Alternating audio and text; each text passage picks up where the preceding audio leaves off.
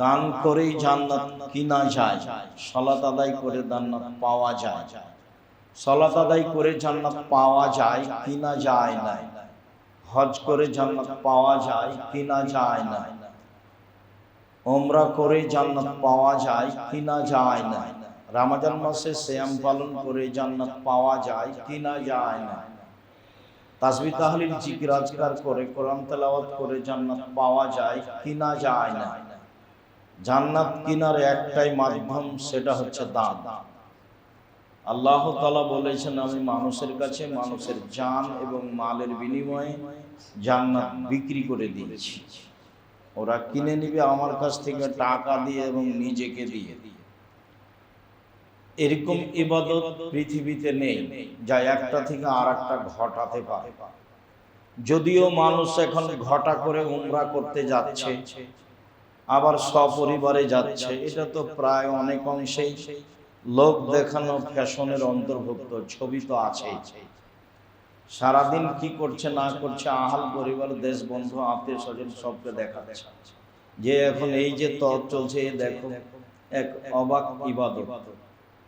রমজান মাসে উমরা করলে হজের সমান নেকি হয়, কথা ঠিক, কিন্তু দানের চেয়ে শক্তিশালী ইবাদত তা নয়। প্রতি মাসে যদি আপনি দুবার তিনবার করে উমরা করেন, তবে আপনি আপনার বাপের কোনো উপকার করতে পারবেন, কোনো পথ নেই। যদি কবুল হয় তাহলে আপনার উপকার। মরা মানুষের উপকার করার দুইটা পথ, একটা মুখের দোয়া আর একটা হলো দান। মহান আল্লাহ বলেন, আল্লাযীনা ইউনফিকুনা আমওয়ালাহুম বিল-লাইলি ওয়ান-নাহার, যারা তাদের অর্থ সম্পদকে দিন রাত দান করে, রাতেও দিনে। সিররাও আলানিয়া, প্রকাশ্যে দান করে, গোপনে দান করে। জি, প্রকাশ্য দান করা যায়।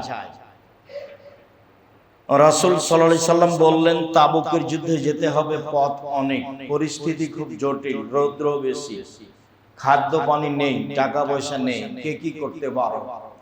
তো উমর রাদিয়াল্লাহু আনহু বললেন, ঠিক আছে, অর্ধেক দিলাম। তো আবু বকর সিদ্দিক রাদিয়াল্লাহু তাআলা আনহু বললেন, আপনাকে আর আল্লাহকে বাড়িতে রেখে যা আছে সবই দিলাম। তো উসমান রাদিয়াল্লাহু তাআলা আনহু বললেন, আল্লাহর নবী, যত মানুষ যাবে তার অর্ধেকের যাতায়াত খরচ, খাওয়া খরচ আমি দেব। লোক সংখ্যা ছিল 30,000, মানে 15,000 মানুষকে 15,000 উট দিবেন এবং 3 মাসের যাতায়াত খাওয়া খরচ দিবেন। তার নাম উসমান গনি। ব্যবসা এইভাবে করতে হবে, অসহায় মানুষের পাশে দাঁড়াবো, এই জন্য ব্যবসা করি।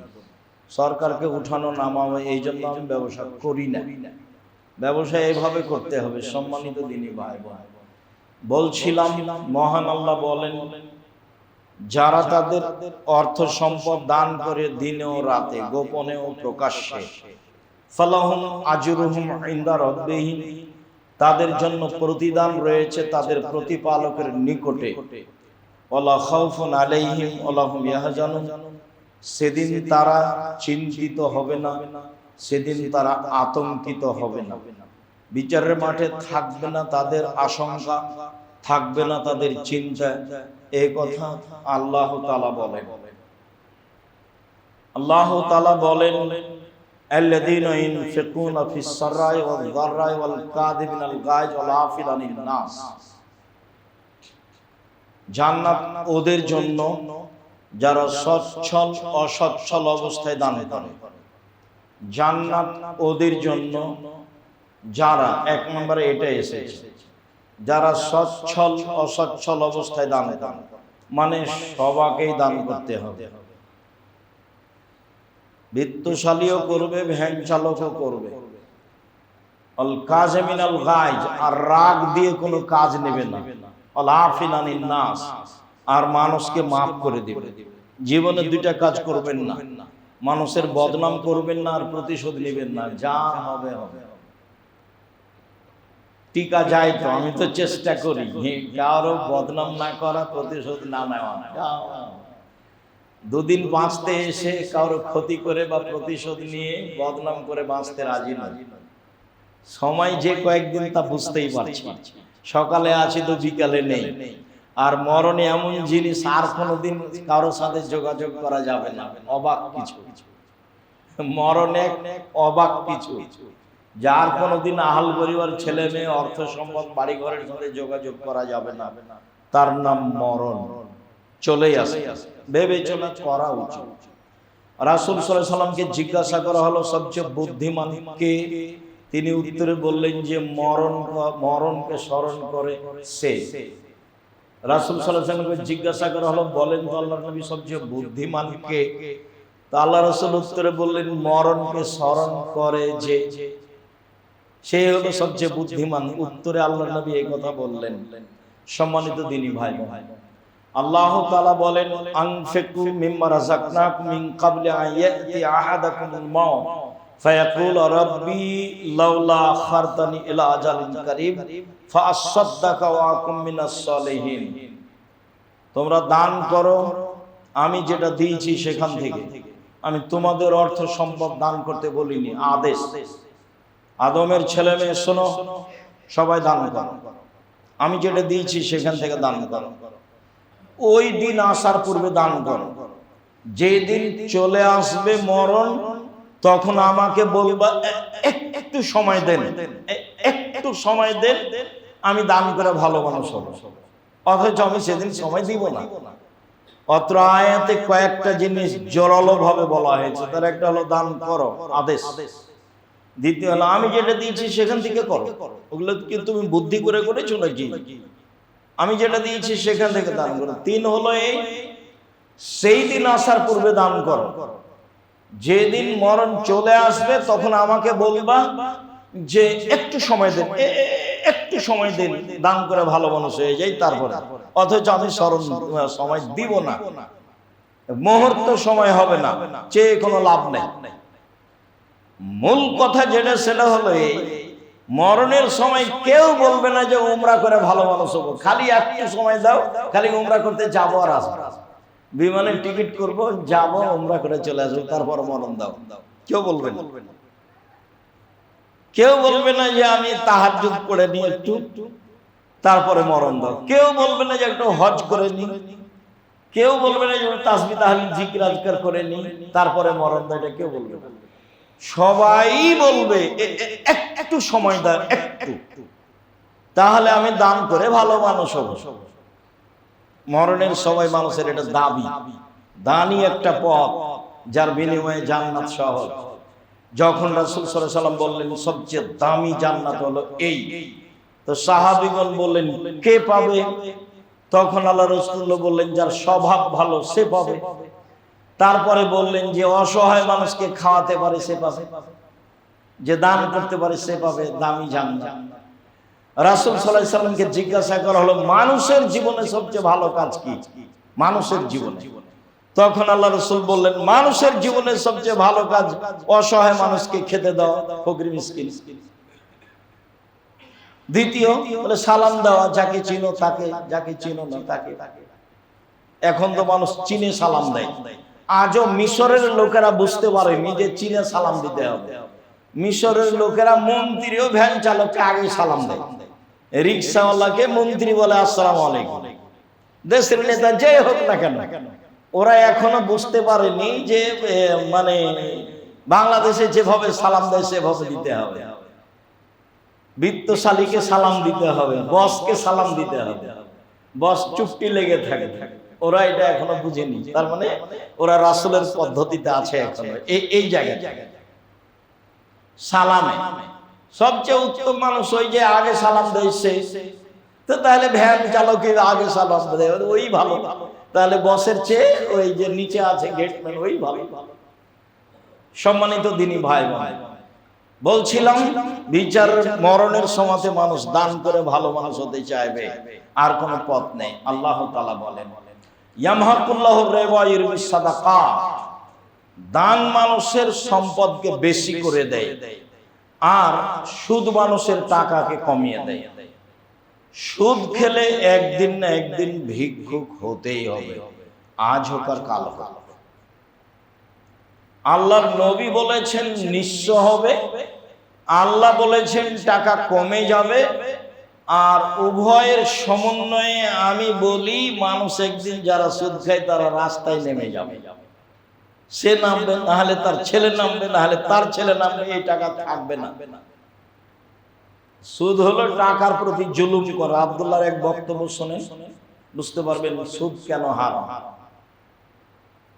এই জন্য হারাম যে ওর উপরে জুলুম হয়।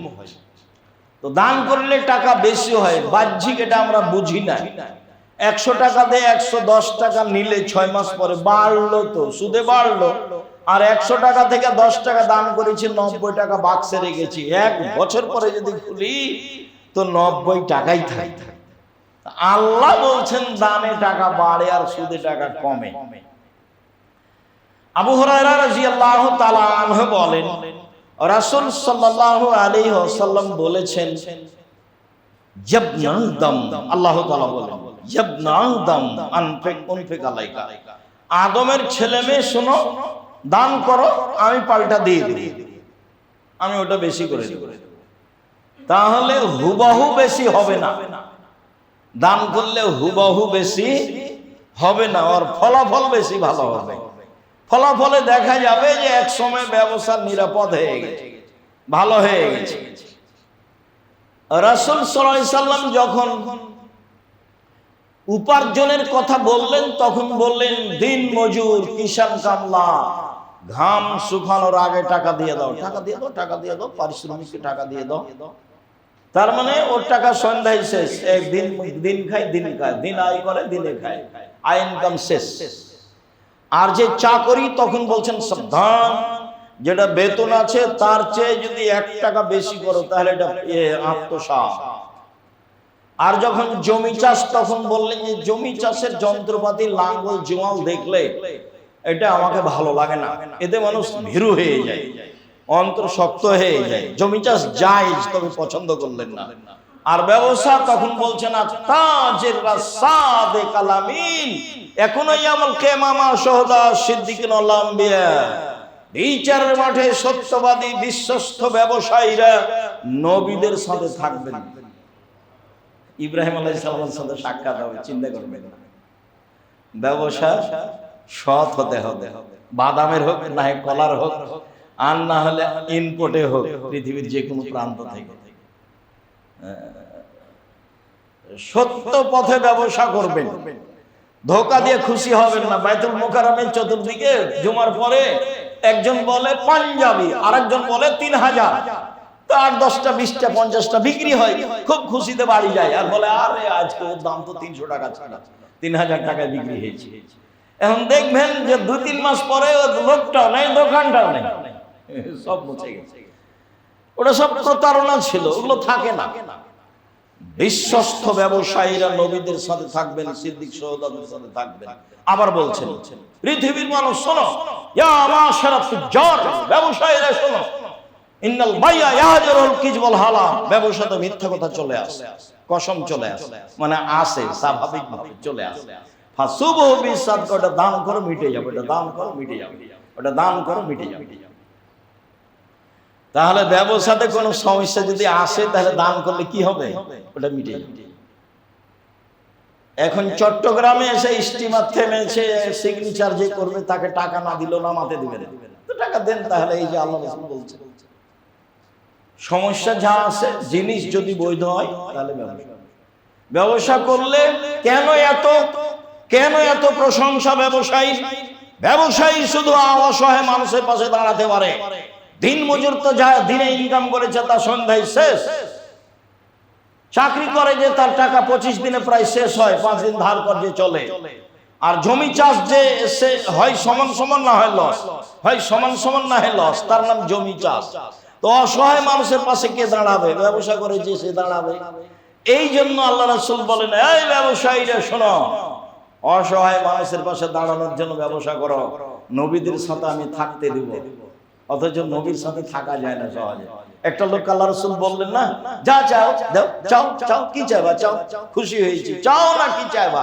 আপনার সাথে জান্নাতে থাকতে চাই। আরে না না না, এটা না, অন্য কিছু চাও, অন্য কিছু চাও, বলে ওটাই চাই। না, তাহলে তো পারলাম না, তুমি আমাকে সাহায্য করো। কি সাহায্য করবো? তাহাজ্জুদ পড়ো। মুহাম্মদ সাল্লাল্লাহু আলাইহি সাল্লাম বলছে যে আমার সাথে থাকতে হলে আমাকে সাহায্য করতে হবে। কি সাহায্য করতে হবে? তাহাজ্জুদ পড়ো, বেশি বেশি সিজদা করো, তাহলে সাথে নিয়ে থাকবো। আর তাছাড়া পারবো না সাথে নিয়ে থাকতে। সেই নবী মুহাম্মদ সাল্লাল্লাহু আলাইহি সাল্লাম বলছেন, যে সত্যবাদী বিশ্বস্ত ব্যবসায়ীরা নবীদের সাথে থাকবে, তখন আর তাহাজ্জুদের কথা নাই। কেন? এটা ব্যবসা করে মানুষ অসহায় মানুষের পাশে দাঁড়াতে পারে। সম্মানিত দিনী ভাই, আবু মুসা আশআরী রাদিয়াল্লাহু তাআলা আনহু বলেন, রাসূল সাল্লাল্লাহু আলাইহি সাল্লাম বললেন, আলা কুল্লি মুসলিম সাদাকা, সবাইকে দান করতে হবে। সাহাবীগণ বললেন, লাম ইয়াস্তাতি, যদি না পারে। অবাক, যেভাবে বললেন এটা মুশকিল, সবাই দান করবে মানে কোথায় পাবে? কথা তো ঠিকই, সবাই দান করবে, পুরুষ নারী সবাই। তখন সাহাবীগণ বললেন, ফাইলাম ইয়াস্তাতি, যদি না পারে। তখন আল্লাহ রাসূল পদ বলছেন, ইয়া মালু বিয়াদাইহি ইয়ানফু নাফসা ইয়াতাসাদ্দাক, মানুষের বাড়িতে কাজ করবে, মানুষের বাড়িতে কাজ করে যে টাকা ইনকাম হয়েছে সেখান থেকে কিছু দান করবে আর কিছু খাবে। হ্যালো, পদ, বুখারী মুসলিম। রাসূল সাল্লাল্লাহু আলাইহি ওয়াসাল্লাম পদ বলে দিলেন। প্রথম বাক্যে বললেন সবাইকে দান করতে হবে। তখন সাহাবীগণ আপত্তি করলেন, কোথায় পাবে? টাকা থাকলে তো দান করা লাগবে, দান মানে তো টাকা লাগবে। তখন আল্লাহ রাসূল বললেন, মানুষের বাড়িতে কাজ করবে। এবার পরের বাক্যে বলছেন, ফাইলাম ইয়াস্তাতি, যদি না পারে। কাজ করলে তো গায়ে শক্তি থাকতে হবে, যদি না পারে। তখন আল্লাহ রাসূল বলছেন, ফালিউন জালহাজাতিল মালহু, অসহায় মানুষের সহযোগিতা করবে। সামনে একটা ভ্যান ঠেকেছিল, হাতে ঠেলে দিলে,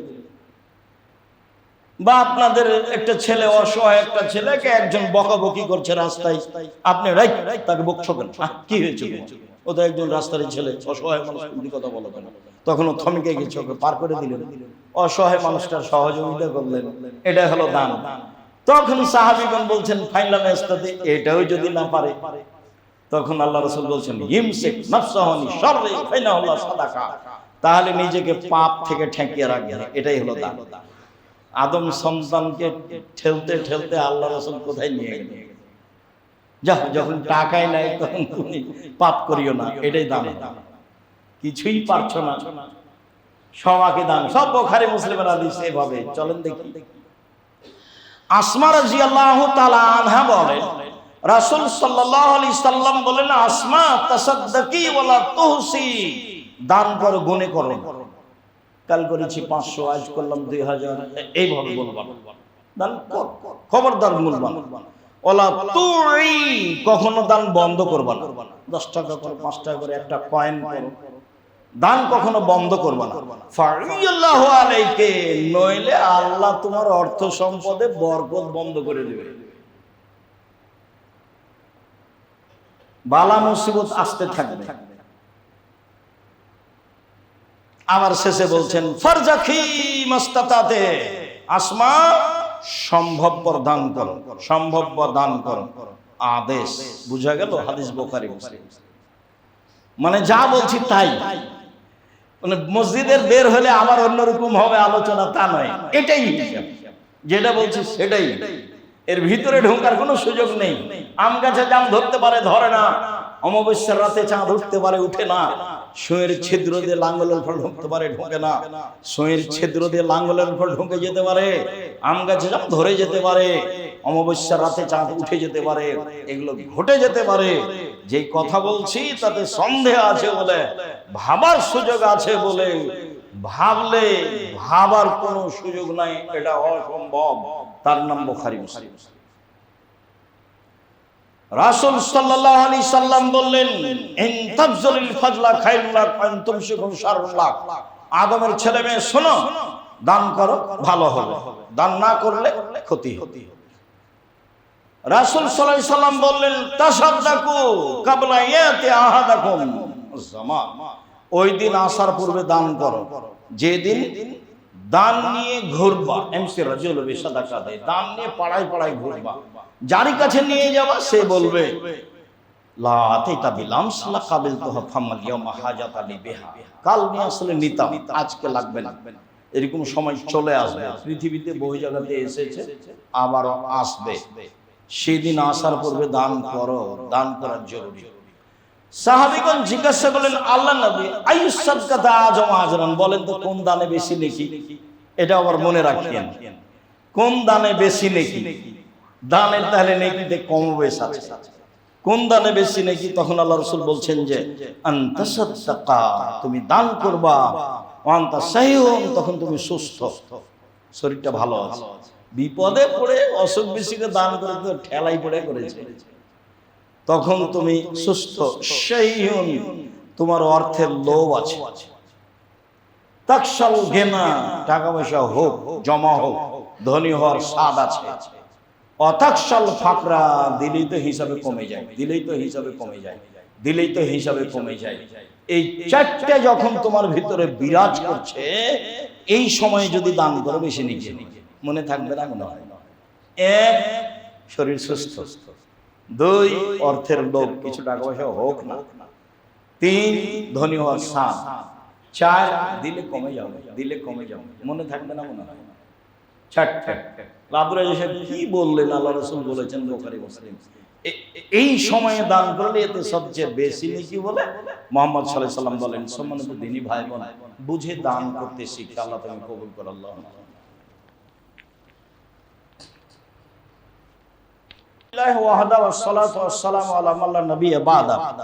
দান ইবাদতের জগতে সবচেয়ে শক্তিশালী, ক্ষমতাধর, পাওয়ারফুল, ভিন্ন ধরনের ব্যতিক্রম ইবাদত হলো দান, যা একটা থেকে আরেকটা ঘটাতে পারে, অন্য ইবাদত এরকম পারে না। আনাস রাদিয়াল্লাহু তাআলা আনহু বলেন, রাসূল সাল্লাল্লাহু আলাইহি সাল্লাম বলেছেন, ইন্নাস সাদকাতা তুতফিউল খাতিয়াতা কামা ইউতফিল মাউ নার, নিশ্চয় দান মানুষের পাপকে মিটিয়ে দেয়, আগুন যেভাবে পানিকে নিভিয়ে দেয়। পানি যেমন আগুনকে নিভিয়ে দেয়, নিশ্চয় দান মানুষের পাপকে মিটিয়ে দেয়, পানি যেমন আগুনকে নিভিয়ে দেয়। পানি যেমন আগুনকে নিভাতে পারে, দান তেমন মানুষের পাপকে মিটাতে পারে। এই কথা মুহাম্মদ সাল্লাল্লাহু আলাইহি সাল্লাম বলেন, আমি বলি। উকবা ইবনে আমির রাদিয়াল্লাহু তাআলা আনহু বলেন, রাসূল সাল্লাল্লাহু আলাইহি সাল্লাম বলেছেন, ইন্নামাল মুমিন ইয়াকুনু ইয়াউমাল কিয়ামা ফি যিল্লি সাদাকাতিহি হাত্তা ইউজাবা নাস, নিশ্চয় মুমিন পুরুষ নারী বিচারের মাঠে তার দানের ছায়াতলে থাকবে, যতক্ষণ পর্যন্ত বিচার না হচ্ছে। যতদিন চলবে বিচার, চলুক, আপনি ততদিন আপনার দানের ছায়াতলে থাকবেন। এই কথা মুহাম্মদ সাল্লাল্লাহু আলাইহি সাল্লাম বলেন। তিনি অবশ্য বুখারী মুসলিমের এক হাদিসে বলেছেন, 7 শ্রেণীর মানুষ বিচারের মাঠে বিশেষ ছায়াতলে থাকবে। তার শেষে গিয়ে বলেছেন, ও রাজুলু তাসাদ্দাকা, মানুষ দান করলো, ডান হাত দান করলো, বাম হাত বুঝতে পারলো না ডান হাত কি দান করলো, মানে গোপনে গোপনে দান করে যে, সে থাকবে বিশেষ ছায়াতলে। দান করার সময় প্রয়োজনে উল্লেখ করলেন, কিন্তু বারবার বলিয়েন না, বলে দেন যে 5,000 টাকা দান করেছ, একটু বলে দেন, এইটা খবরদার করতে যাবে। 3 শ্রেণীর মানুষদের জাহান্নামে উদ্বোধন হবে, তার এক শ্রেণীর দান। ইন্না লিল্লাহি ওয়া ইন্না ইলাইহি রাজিউন, হাদিস বুখারী মুসলিম। আল্লাহ রাসূল এভাবেই বলেছেন, দান আল্লাহকে সন্তুষ্ট করার জন্য করবেন। যেখানে শিরক মুক্ত জায়গা, যেখানে বেদাত মুক্ত জায়গা, সেখানে দান করবেন। উকবা ইবনে আমির রাদিয়াল্লাহু তাআলা আনহু বলেন, রাসূল সাল্লাল্লাহু আলাইহি ওয়াসাল্লাম বলেছেন, ইন্নাস সাদকাতা তুতফিউ লিআহলিহা হাররাল কুবুর ইয়াউমুল কিয়ামা, যার নামে দান করা হয় এই দান কবরের শাস্তিকে বন্ধ করে। দান কবরের শাস্তিকে বন্ধ করতে পারে, এই কথা মুহাম্মদ সাল্লাল্লাহু আলাইহি সাল্লাম বলেন। দানের অনেক ক্ষমতা। আবু হুরায়রা রাদিয়াল্লাহু তাআলা আনহু বলেন, যা রাজুলুন ইলা নবী সাল্লাল্লাহু আলাইহি সাল্লাম قال, একটা লোক আল্লাহর রাসূলের নিকটে আসলো এবং বলল, ইয়া রাসূলুল্লাহ, ইন্না আবি কাদ মাতা, আল্লাহর নবী, আমার আব্বা মারা গেছেন, ও তারা কামালান, টাকা পয়সা ছেড়ে গেছেন, আল্লাহ ইউসিনি, তিনি আমাকে কোনো ওসিয়ত করে যাননি। হাল ইউকাফিরু আন সাদাকাতিহি আন হাল ইউকাফিরু আন সায়াতিহি আন তাসাদ্দাকা লাহু, আমি যদি আমার আব্বার নামে দান করি তাহলে আল্লাহ কি আমার আব্বার পাপ মিটিয়ে দিবেন? আমি যদি আমার আব্বার নামে দান করি তাহলে তার পাপ মিটে যাবে কি? কালা না, আল্লাহ রাসূল বলেন হ্যাঁ। হাদিস বুখারী। মুসলিম। ও বলেনি যে আমার আব্বার ছোট পাপ না বড় পাপ। আল্লাহ রাসূলও বললেন না যে ছোট পাপ না বড় পাপ। আল্লাহ রাসূল বললেন হ্যাঁ। ও বলল আমার আব্বা মারা গেছেন, টাকা পয়সা ছেড়ে গেছেন, কোনো ওসিয়ত করে যাননি, আমি যদি আমার আব্বার নামে দান করি তাহলে তার পাপ মিটে যাবে কি? তার নাম আল্লাহ রাসূল বলেন হ্যাঁ, মুসলিম।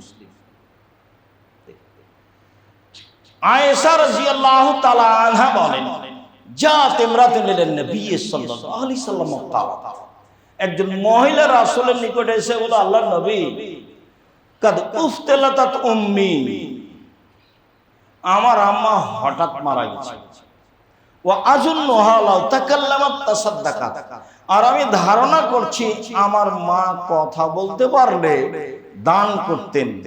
আফা উসাদ্দিক আনহা আল্লাহ সাহাব, আমি কি আমার মায়ের নামে দান করতে পারি, তার নেকি হবে? তার নাম আল্লাহ রাসূল বলেন হ্যাঁ, বুখারী মুসলিম। দান যারা মারা গেছে তাদের পাপ মিটিয়ে দিতে পারে, দান যারা মারা গেছে তাদের কবরের শাস্তিকে বন্ধ করতে পারে। এইভাবেই রাসূল সাল্লাল্লাহু আলাইহি সাল্লাম বলেছেন। সম্মানিত দ্বীনি ভাই, দান একটি ভিন্ন ধরনের ব্যতিক্রম ইবাদত। আবু হুরায়রা রাদিয়াল্লাহু তাআলা আনহু বলেন রাসূল সাল্লাল্লাহু আলাইহি ওয়াসাল্লাম বলেছেন মা মিন ইয়াউমিন ইসবহুল ইবাদু ফিহি ইল্লা মালাকান ইয়ানজিলান, প্রত্যেকদিন সকালে মানুষ যখন সকাল করে, সারা পৃথিবীর যেখানে যারা সকাল করে সেখানে দুইজন ফেরেশতা নেমে আসেন আকাশ থেকে। ফায়াকুলু আহাদুহুমা, দুইজনের একজন বলেন আল্লাহুম্মা আতি লিকুল্লি মুনফিকিন খালাফা, আল্লাহ যে যা দান করলো তুমি তার সেটা পূর্ণ করে দাও। দান করলে বাড়বে, ফেরেশতা বলছে আল্লাহ যে যতটুকু দান করলো সেটা তুমি তার পূর্ণ করে দাও। ফেরেশতা বলতে থাকে। তাহলে পরের বাক্য শুনুন,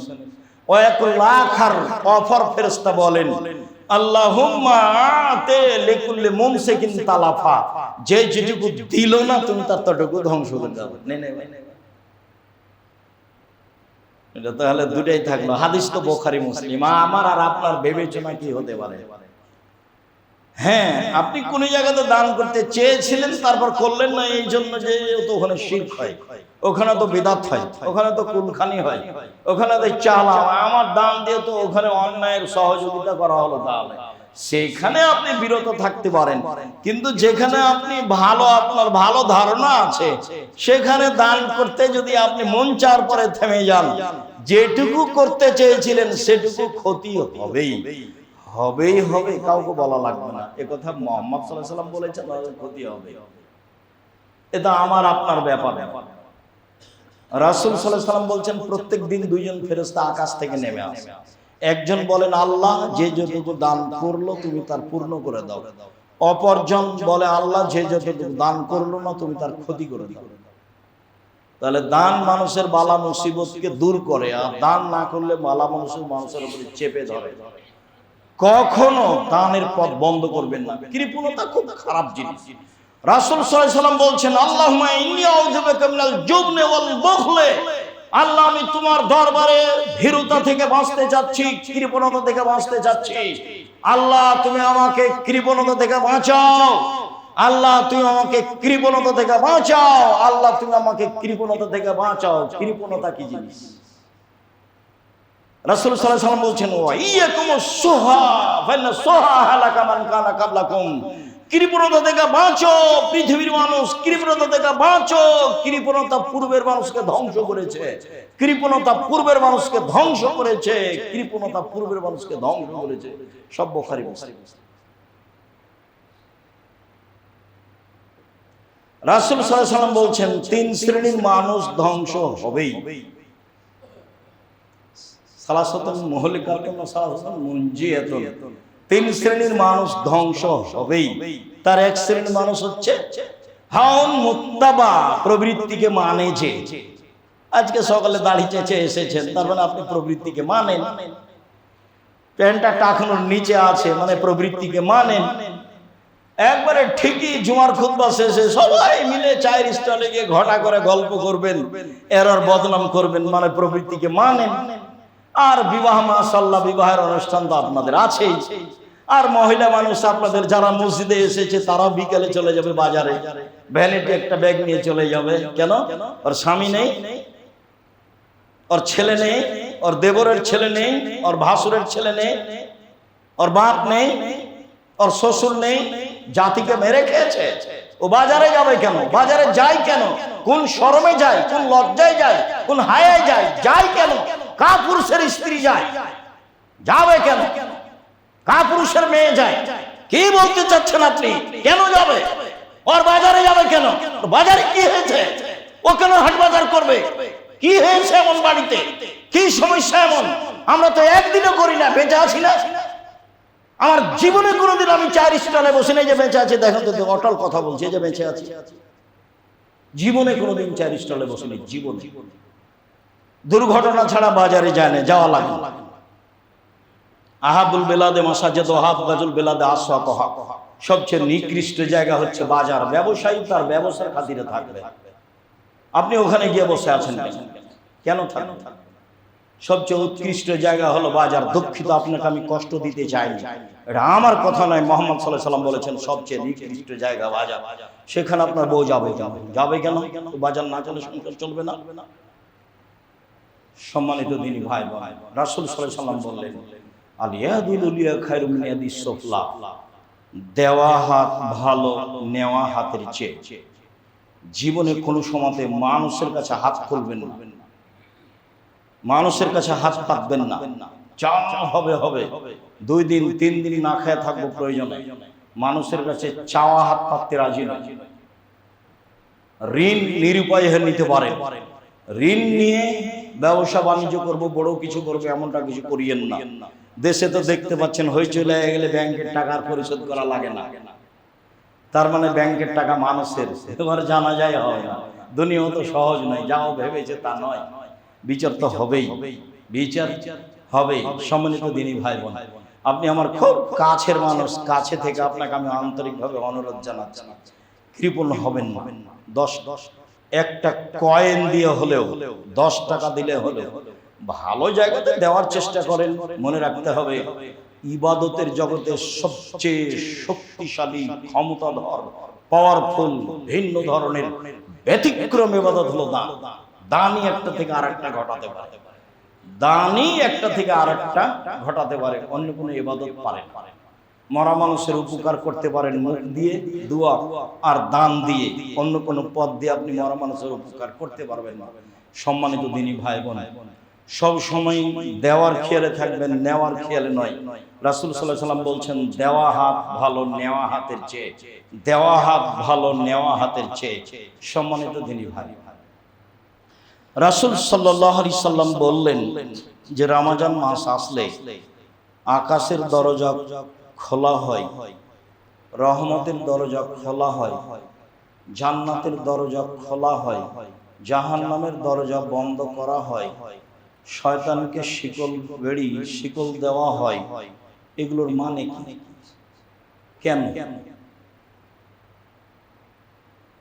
এগুলো আল্লাহ রমজান মাসকে মূল্যায়ন করছেন এভাবে বলে। আল্লাহ রাসূল যখন বলছেন এভাবে, তখন রমজান মাসকে মূল্যায়ন করছেন। এগুলো রমজান মাস, এর দাম আছে। এখন মানে মারা গেলে কেউ জাহান্নামে যাবে না, সেই জন্য কি জাহান্নাম বন্ধ? জি না। এখন কে মারা গেলে জান্নাতে চলে যাবে, সেই জন্যই কি জান্নাতের দরজা খোলা? জি না। রমজান একটা ব্যতিক্রম ইবাদতের, তাসবিহ তাহলিলের, জিকির আজকারের, দয়া রহমতের, ক্ষমার মাস। আকাশ থেকে বলতে থাকেন, দেখো সব দরজা খোলা আছে জান্নাতের, সব দরজা বন্ধ আছে জাহান্নামের। শোনো, এটা রমজানের প্রথম রাত থেকে নিয়ে রমজানের শেষ সূর্য ডুবা পর্যন্ত বহাল থাকবে। পৃথিবীর মানুষ ভালো যারা করো, আসো আসো, ভালো করো, ভালো করো। পৃথিবীর মানুষ মন্দ যারা করো, থামো থামো থামো, মন্দ করো না। শোনো, প্রতি রাতে আজকে এতগুলো মানুষের জাহান্নাম থেকে মুক্তি ঘোষণা, আজকে এতগুলো মানুষের জাহান্নাম থেকে মুক্তি ঘোষণা। প্রত্যেক রাতে ফেরেশতারা এইভাবে বলতে থাকে, আকাশ থেকে ওই চিৎকার করে বলতে থাকেন, কেন এটা কি? এর মানে আল্লাহর নবী আমাদেরকে বললেন যে তোমরা রমজান মাসকে মূল্যায়ন করো। কিভাবে মূল্যায়ন করা যেতে পারে?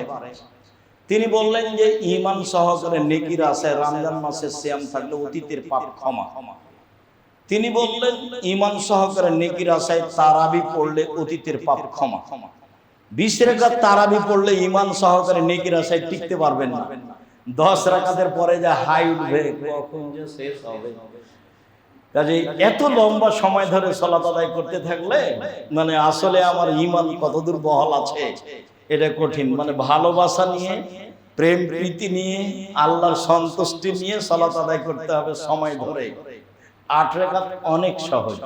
ভুল পথে গিয়ে ভালোভাবে ইবাদত হবে না, যেটা হয় সেটা তো আপনারা জানছেন, দিনরাত দেখতে পাচ্ছেন। অথচ আয়েশা রাদিয়াল্লাহু তাআলা আনহা বলছেন, দেখো আল্লাহ রাসূল তো রমজান এবং রমজানের বাইরে 11 রাকাতের বেশি পড়তেন না। তিনি প্রথমে 4 রাকাত পড়তেন। জিজ্ঞাসা করো না তোমরা তা ছিল কত লম্বা, তা ছিল কত সুন্দর। জিজ্ঞাসা করো না তুমি তা ছিল কত লম্বা, তা ছিল কত সুন্দর। জিজ্ঞাসা করো না তুমি তা ছিল কত লম্বা, তা ছিল কত সুন্দর। আবার 4 রাকাত। জিজ্ঞাসা করো না তুমি তা ছিল কত লম্বা, তা ছিল কত সুন্দর। তা ছিল কত লম্বা, তা ছিল কত সুন্দর। তো যেভাবে আপনি দেখতে পাচ্ছেন এটা কি লম্বা, যেভাবে আপনি শুনছেন সেটা কি সুন্দর। অতীতের সব পাপ ক্ষমা হবে ঈমান সহকারে রমজানের সিয়াম থাকলে, অতীতের সব পাপ ক্ষমা হবে রমজান মাসে তারাবি পড়লে।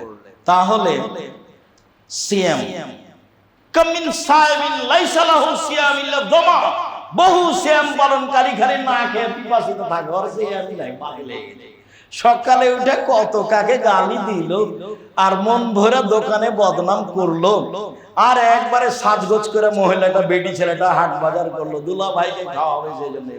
ধর্ম পাগল হয়ে গেছে। धर्म राजशाही चापालागंज हवाई लड्डू दोनों हाथ में लड्डू है जो चाहे इसको खा ले जो चाहे इसको छोड़ दे। ভুল হিসাব ঈমান সহকারে নেকির আশায় সিয়াম পালন করতে হবে, অন্যথায় রোজা ও মাত্র পিপাসিত থাকবে মাত্র। আল্লাহ রাসূল বলেছেন বহু সিয়াম পালন করে ও পিপাসিত থাকে মাত্র, ওর কাছে শুধু পিপাসা লাগে, তার কোনো নেকি নেই। কামিন কায়েমিন লাইসা লাহু কিয়ামুল সাহর, বহু মানুষ তাহাজ্জুদ পড়ে তারাবি পড়ে, আরে ওর খালি রাত জাগাই হয়। তাহলে আল্লাহ রাসূলের মুখের ভাষা, তাহলে কি করবেন? ধৈর্যের পরিচয় দিয়ে নেকির আশায় সিয়াম থাকতে হবে। রমজানকে মূল্যায়ন করার জন্য আমার কয়েকটি পরামর্শ। এক, কম খেতে হবে সাহারি ও ইফতার। আগে নিজে ফ্রি থাকেন, শরীরটা যেন ফ্রি থাকে, তাহলে তো ইবাদত করতে পারবেন। এটা হলো এক, সাহারি ইফতার কম। দুই, প্রয়োজন কম। এত কেন জুতা স্যান্ডেল আপনি নেবেন পুরো ঈদে, সেটা ভাবছেন কেন? এত শাড়ির প্রয়োজন কেন? আমরা তো শাড়ি কিনি না, তারপরে তো বেঁচে আছে। তাহলে তো প্রয়োজন কম। যদি এত শাড়ি আর এত জুতা স্যান্ডেল কিনেন তাহলে তো বাজারে যাওয়াই লাগে না। তা আপনারটা যদি সামলাতে হয় তাহলে বাজারকে সামলাতে হবে। তাহলে সবাই ব্যস্ত, রমজানের সাথে কারো সম্পর্ক নেই। দেখেন না সবাই লেনদেনে ব্যস্ত। আর এটা তো পুরাতন ঢাকা, সারা দেশ বলে পুরাতন ঢাকার ইফতারি দেখো না কত ইফতারি। কেউ একবার বলে না পুরাতন ঢাকার সিয়াম পালন করে না, দেখো না কত শক্ত সিয়াম পালন। একবারে বাস অল্প কয়েকটা খেজুর, তারপরে 8 রাকাত সালাত লম্বা ভাবে পুরো রমজান কত সুন্দর করে তারা তাসবিহ জিকির আজকার কান্নাকাটি। কে বলছে? খালি গল্প করছে পুরাতন ঢাকার ইফতারি দেখো না কত মজবুত, সবাই বলছে। সম্মানিত দিনী ভাই, দুই, প্রয়োজন কম মাতে হবে। তিন, তাসবিহ তাহলিল জিকির আজকার বেশি করতে হবে। চার, দান খায়রাত বেশি করতে হবে সম্ভবপর।